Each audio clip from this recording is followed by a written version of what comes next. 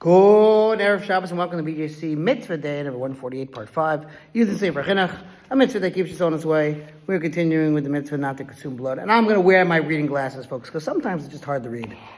And I cannot sacrifice good reading for our mitzvah day. Some of you are listening in the car, and I'd like to be nice and clear, so here we go.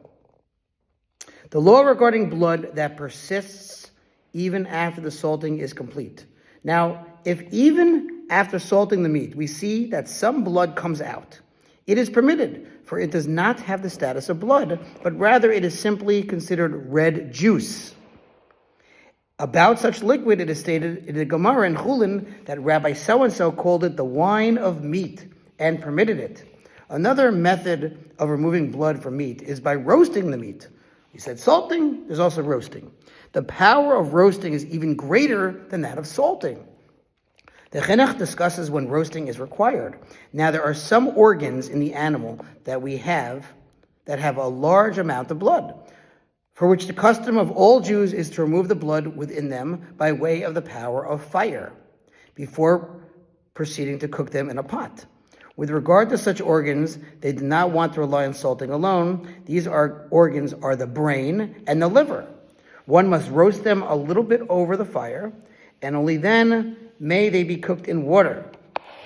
Roasting permits such meat to be cooked afterward, whether he wishes to cook them alone or with other meat. The custom to roast these organs is binding, for the custom of the Jewish people is law. The Chinuch discusses what the law is if such organs were cooked after one merely salted them without extracting their blood by way of roasting. If one transgressed the above-mentioned custom and cooked these organs with other meat, having only salted the organs, but neglecting to roast them before cooking, everything in the pot remains permitted, for after the fact, meaning b'diavad, we will rely upon the salting that was done.